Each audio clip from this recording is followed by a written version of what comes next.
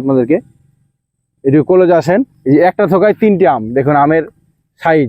এই দর্শক, আসসালামু আলাইকুম। আমি এখন দাঁড়িয়েছি একটি সমন্বিত ফল বাগানে।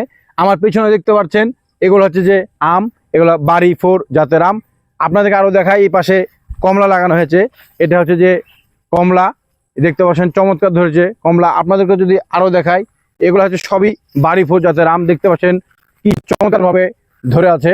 এই যে দেখুন, এগুলো হচ্ছে যে বাড়ি 4 জাতের আম। এই পাশে আপনাদের দেখাই, এটা হচ্ছে যে ড্রাগন বাগান।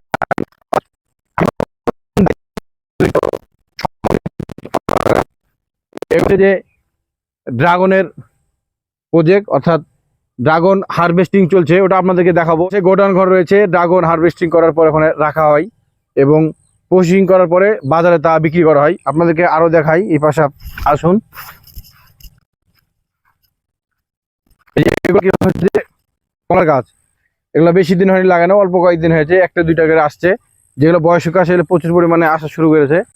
এই যে এটা আপনাদের দেখাই, এটা একটা অন্য জাতের আম, মনে হচ্ছে যে আশি না হবা, হয়তো বা আশি না হতে পারে। এটাও একটি জাতের আম। এখানে মূলত বাড়ি 4 জাতের বেশি আম চাষাবাদ করা হয়েছে। এপাশে দেখা আপনাদেরকে, সবই বাড়ি 4 দেখতে পাচ্ছেন। এই যেগুলো সবই বাড়ি 4, কিন্তু দেখুন এই যে কি পরিমাণে ধরেছে। দেখুন দর্শক, এই দেখায় আপনাদেরকে, এটি কলেজে আসেন। এই যে একটা থোকায় 3টি আম, দেখুন আমের সাইজ। এই দর্শক, ছোট্ট গাছ, গাছের কিন্তু সাইজ খুব বড় না, চোখ জুড়িয়ে যাচ্ছে, এত পরিমাণে আম ধরে আছে প্রতিটা গাছে, অনেক সুন্দর লাগছে।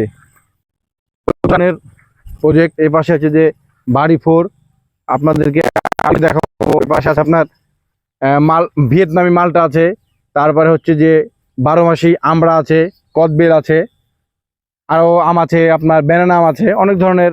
মূলত এই প্রজেক্টটা সমন্বিত ফল বাগান একটি। এই যে দেখুন এটা কি পরিমাণে ধরেছে। ওই পাশে যদি দেখাই, আমের ভারে কিন্তু গাছ যে ডাল ভেঙে পড়বে, দেখুন ঠেকে দিয়ে রাখা হয়েছে। এই যে দেখুন দর্শক, এই যে এক একটা আমের সাইজ, এক একটা আম হয়তো বা 5 থেকে 600 গ্রাম হয়ে যেতে পারে। যে এই আম কিন্তু প্রায় 600-700 গ্রাম হবে, দেখতে পাচ্ছেন কত বড়, অনেক বড়। এই যে এগুলো হচ্ছে যে সবগুলাই আম, মূলত বাড়ি 4 আম বেশি চাষ করা হয়েছে, ব্যানানা জাতের আছে। এই পাশে আপনাদেরকে দেখাই পুকুর, এখানে মাছ চাষ করা হয়ে থাকে। আসলে সমন্বিত খামার বলা চলে, সমন্বিত ফল বাগান, সেখানে পুকুরও রাখা হয়েছে। এই যে পাশে পুকুর,